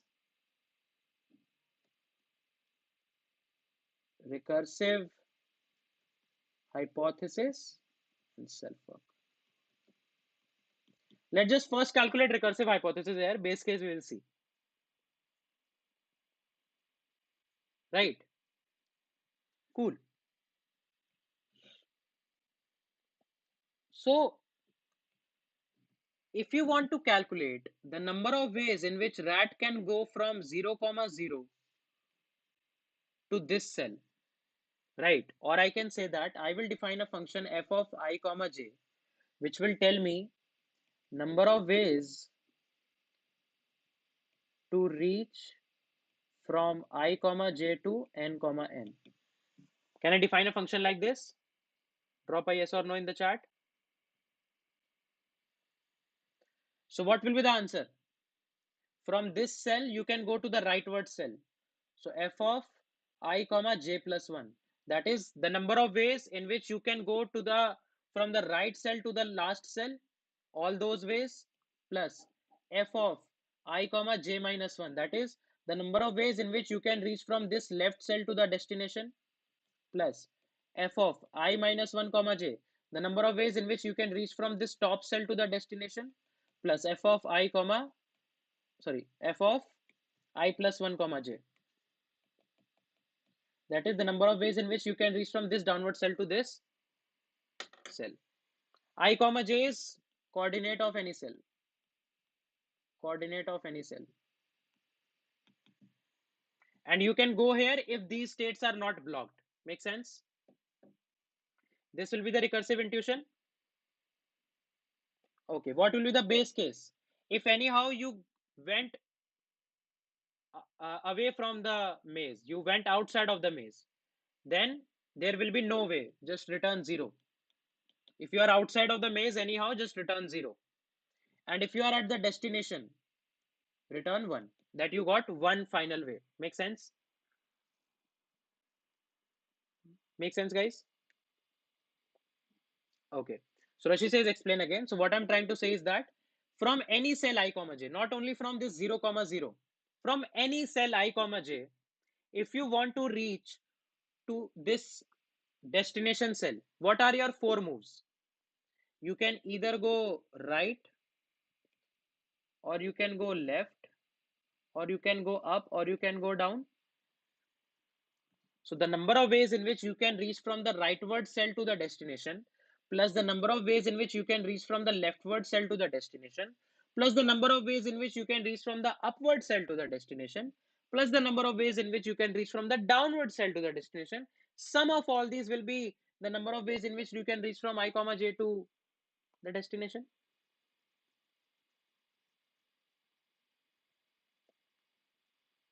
Right. If and only if all these 4 cells are not blocked. If let's say your downward cell is blocked, this will return 0. So if the cell is blocked, that will also act as a base case. Return 0. Make sense? Now there is a very small problem here. There is a very small problem here. Let's see what. If anyone is able to spot it.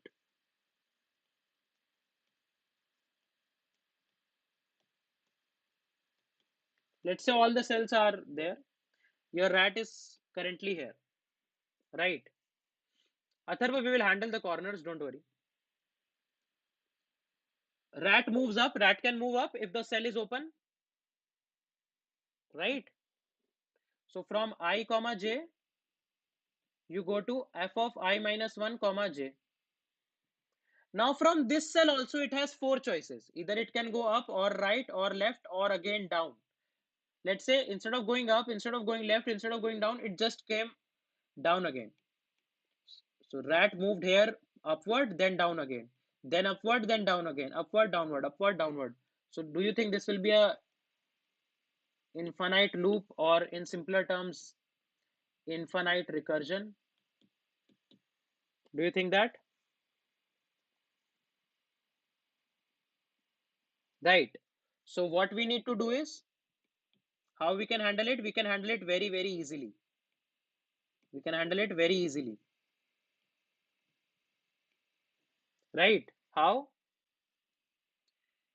If you are at this cell, from this cell you went to this cell, right? What you will do, you will mark the source cell as visited.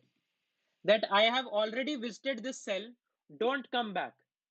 So you can only go to 4 directions, and you can even go in those 4 directions with 2 cases in hand. If the cell where you are going is not blocked and the cell should not also be already visited, then you will be able to avoid it. Right. So from rat will go here. Now the rat has 4 choices. Either go upward, leftward, rightward, or downward. But downward he cannot go. Why? Because downward is already visited. Upward it cannot go because it is outside the matrix. Only left or right choices it is having. So we can write a code like that. It will eliminate the looping problem. Does that make sense? So shall we write the code? We'll write the code and you will be able to understand it better. Don't worry. We'll try to write the code and you will be able to understand it better. Rat maze. Everyone is able to get that abandoning step. Abandon all those calls which is from a visited cell. Abandon all those calls which is from a blocked cell. Abandon all those calls which are outside of the matrix. So we will be able to abandon a lot of calls, right? In simpler terms, it is also called as pruning.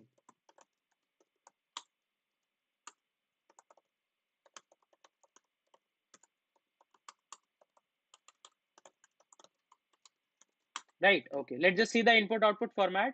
So we'll get a number n and we will get this whole maze. Does that make sense? Okay, so int n, scene n. So we'll make a 2D vector. Guys, let me write the code. You will be able to do that. Right. Code fire, but we will do it using recursion only because today's class is on recursion. So let's make a 2D array, right? I can make a 2D vector. So vector of vector int arr of, there are n rows and each row is also of a vector of size n comma 0. I hope I have taught you guys vector. Everyone knows how vector works. Rahul, I have already taught you guys vector in the last class. I hope you guys know that. So for int I equal to 0, I less than n I plus plus. For int j equal to 0, j less than n j plus plus. If you have not watched the previous lecture, go and watch that. Ij. Will this work? This input will work? Gaurav, we'll see how we'll handle that. Yeah. So we need to include the vector header file as well. Vector. Cool. Okay. Let's just write a function. Bool, is it safe? Is it safe to go to a cell int I comma int j in a matrix of n cross n? Right. Does that make sense? So is it safe will tell you that. This is a condition which checks we don't go away from the boundary. So what is the boundary? If the value is greater than value of I, that is the row at which it is greater than equal to 0 and it is less than n, and j is greater than equal to 0 and j is less than n. If all these four conditions satisfy, then you are within the boundary. Make sense? Any I comma j, if it satisfies all these four conditions simultaneously, then it is within the boundary of n cross n. Does that make sense?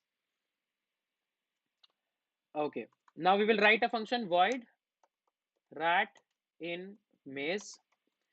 We will pass a 2D vector arr, pass it by reference. Right. We'll pass n and we'll pass the I comma j. That is the starting position. So what we will call from main? We will call rat in maze for the vector arr of size n cross n from 0 comma 0, because your source is what? 0 comma 0. So the answer of this call will be our final answer. Yes or no? Okay. How you will be able to get if the cell is blocked or not? 1 denotes a blocked cell. So how we can detect that? First of all, let us see. There can be a case that our destination is blocked. This bottom right corner is blocked. Right? We can check that. If the destination is only blocked, then we can't do anything. If arr of n minus 1 comma n minus 1 is double equal to 1, just return, because our destination is blocked. Make sense? Okay. We will make a variable, global variable int result, and initialize it with 0. If at any point of time I becomes double equal to n minus 1 and j becomes double equal to n minus 1, we have found one possible way. Yes, Akshat, it is possible. If like by traveling here and there, your I comma j becomes equal to n minus 1 comma n minus 1. Then this is one possible way. Can I say I can just do result plus plus and do a return? Does that make sense? Sure, Vian, I will definitely do. Okay. Now I will check that if is it safe. If at whatever cell currently you are, if this cell is safe, right? If this is, if not, is it safe? Then again return without doing anything because it will be out of boundary. Make sense?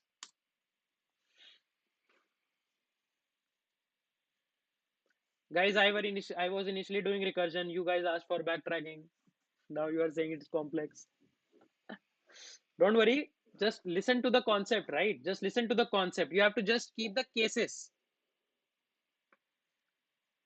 Atharva, I am saying that if at any point of time you were traveling rightwards, leftward, downward, upward, and you went out of boundary, how you need to check? You can check with this function, is it safe? Right? Okay. Now, what were the four calls that you can make? What were the four calls that you can make? Upward.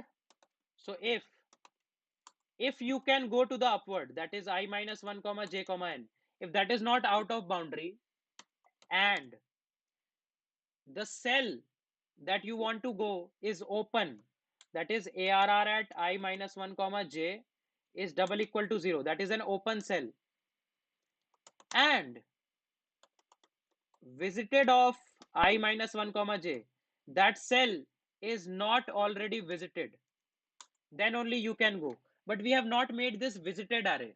We have not made this visited array. Let's make a visited vector also. So let's make a visited vector also. And we will pass visited as well. So we'll pass a variable visited as well. Right.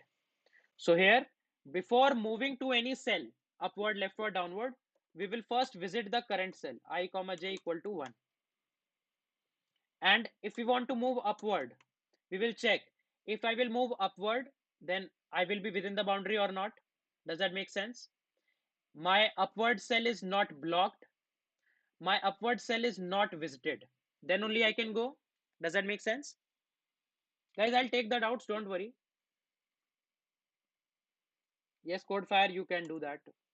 It's like way of implementation. I want to do it like this.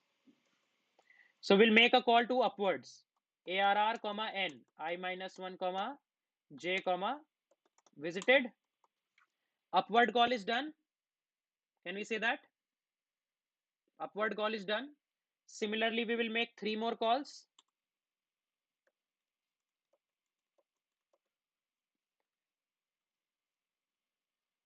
This will be what?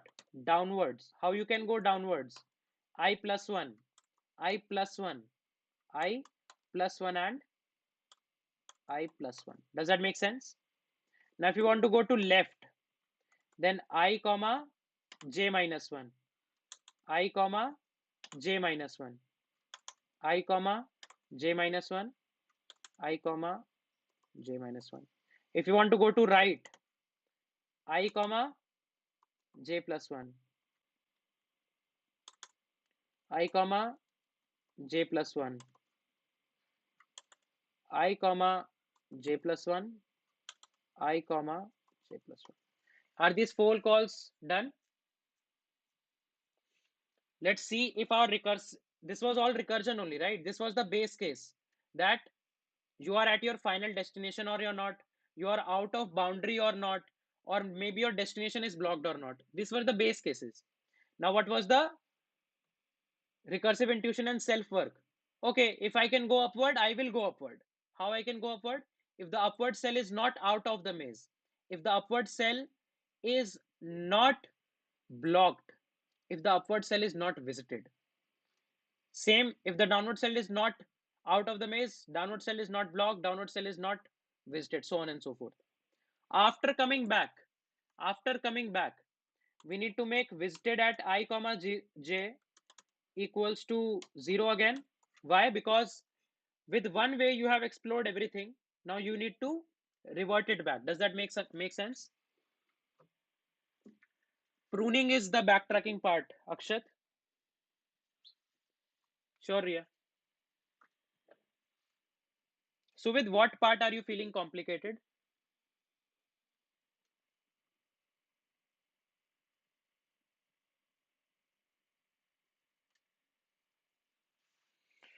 Guys, which part are you having doubt in? Can you tell me the line number?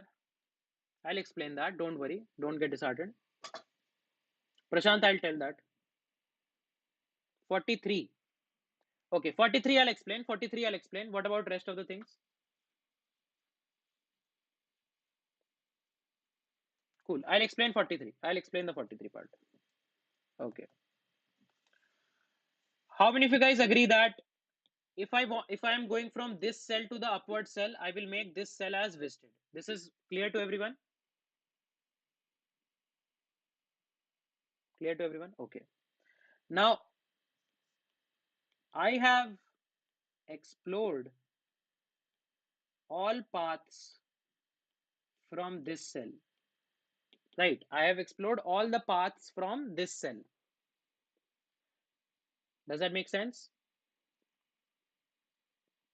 Guys, is my voice not coming?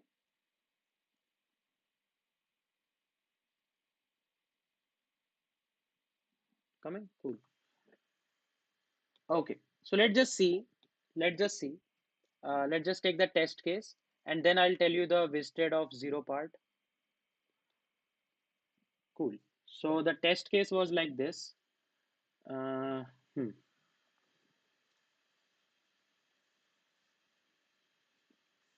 Let's say we'll take this test case. Blocked, blocked, blocked, blocked. Make sense? Okay. Now I am starting from this position. I will mark it as visited. I will make the calls first upwards, then leftwards, then downwards, then rightwards. This will be the order. Can I go upward? Can I go upward? No. Can I go leftward? No. Can I go downward? Yes. Okay. I am now at the downward cell. Recursively, I will come here. So with I'll tell the time completely, don't worry. Now I will mark this as visited again and check. Can I go upward? No. Can I go leftward? Can I go downward? Can I go rightward? No. You can't go anywhere. So you will just come back without any possible ways. If you are coming back, when you went at this cell, you made this cell visited. You need to revert back the state. You need to revert back the state. You will eventually know why. You will eventually know why. Okay. Now, let's say we have reverted back. Reverted back. We'll see why we need to do that.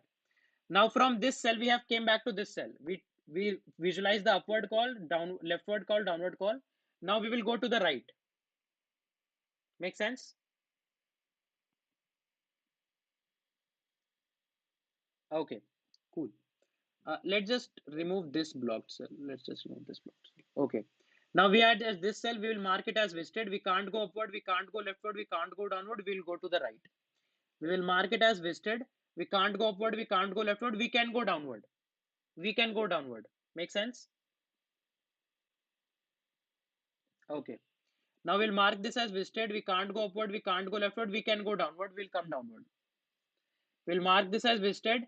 We can't go upward, we can go leftward, we'll go leftward.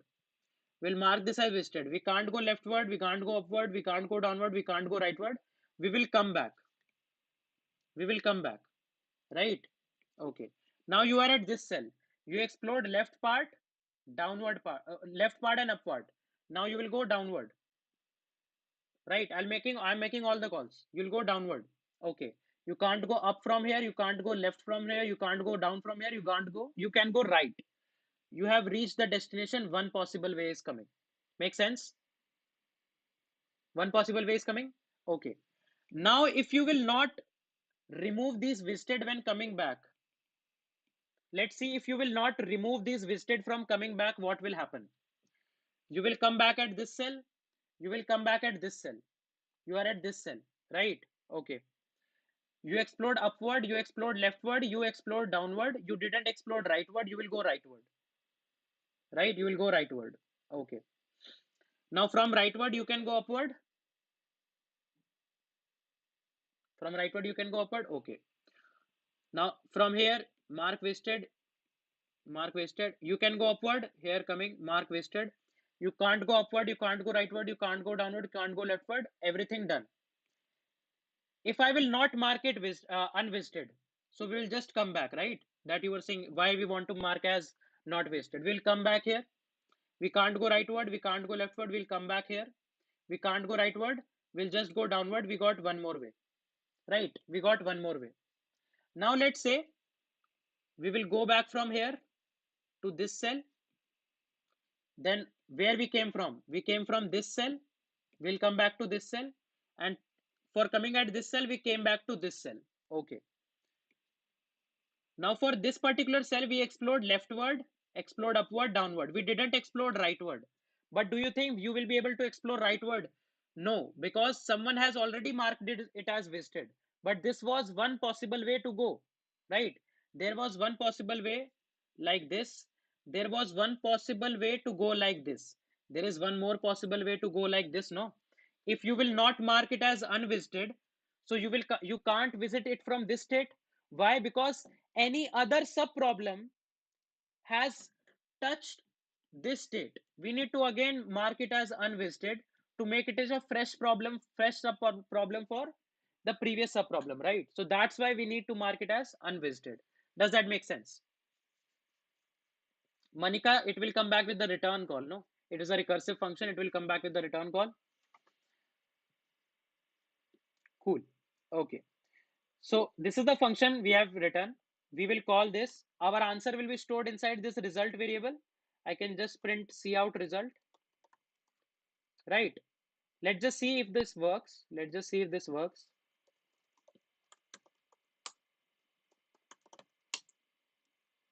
No compilation issue. Let's just copy the test case. 4 ways and the answer is also 4. Make sense?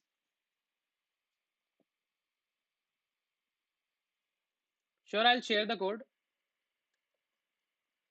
This is the code link. I've shared the code link in the chat. I've shared the code link in the chat both at Unacademy and at YouTube. We are making visited equals to 1 here before making any call. Before going to upward, leftward, downward, rightward, we are making it as current cell as visited. Make sense? Isn't this trick awesome? We are not exploring all the path. We are pruning the calls. We are making it recursively. And this is so simple. If you would have written it iteratively, this would have been really, really a pain for you guys. This would have been a real pain. Ritisha, the backtracking code is all the in all those positions where we are pruning the calls and where we are this reverting back the state. Everywhere this is backtracking. I have pinned the link. Guys, I have pinned the link. See in the pinned chat. I have pinned the link.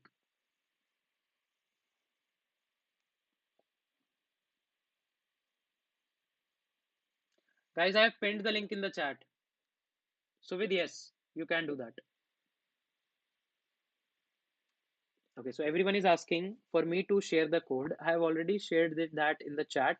Can you see the pin in the chat? Not able to see? Okay. Are you able to see my message?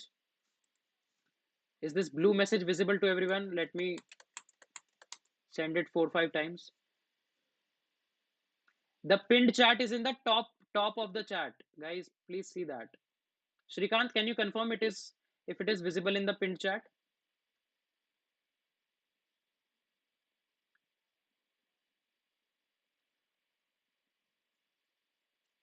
It's visible, right? Guys, don't spam the message if you are not able to see that. On YouTube, I guess Shrikant has to share. I've shared it. Although I'll share the code on Discord as well. Don't worry, guys. Just join the Discord. I'll share on Discord as well. Okay, I have pinned it again. Just a second, guys. You guys message so fast. I have pinned it again. I have pinned it again. Check if you are able to see any GitHub link. Done. Cool, cool. Makes sense. Guys, did you find the lecture informative enough? Let me also share the notes of the lecture. Let me also share the notes of the lecture. Just give me 1 minute.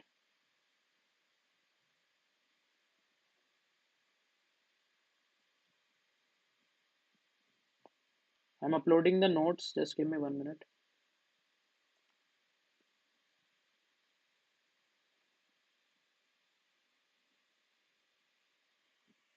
Cool. Let's just take some charts. There is nothing in the GitHub link. Guys, all those people who are saying there is nothing in the GitHub link, you nothing will happen. There is, right? There is. Make a GitHub account, guys. Make a GitHub account.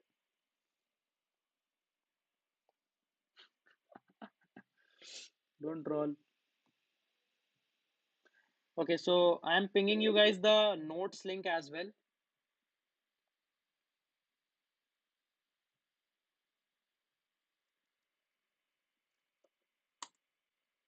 I have pinned the notes link as well now. Right. I have pinned the send the notes link in YouTube chat as well. Kashish, I've shared on YT. It takes some time to reflect there. You can check back. Right. Akshay, it's with my name only. Don't worry. Cool. Guys, did you find this lecture informative enough? How did you feel about recursion and bit about backtracking now? Was the lecture interesting? Did you guys enjoy the three lectures with me as well as the AMA session? So Codefire says Sanket OP. So recursion OP. There should be recursion OP in the chat, guys. Recursion OP and CodeChef OP in the chat. Right.